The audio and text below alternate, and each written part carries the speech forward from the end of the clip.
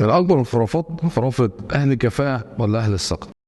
الناس كلها تقول لي طبعا يا عم اهل الكفاءه، انت ازاي تقول اهل الثقه؟ لا، انا بقول في البيزنس بتاعنا وفي الظروف دي انا وجهه نظري اهل الثقه القابلين للتطوير افضل بكتير من اهل الكفاءه اللي هيكون حرامي.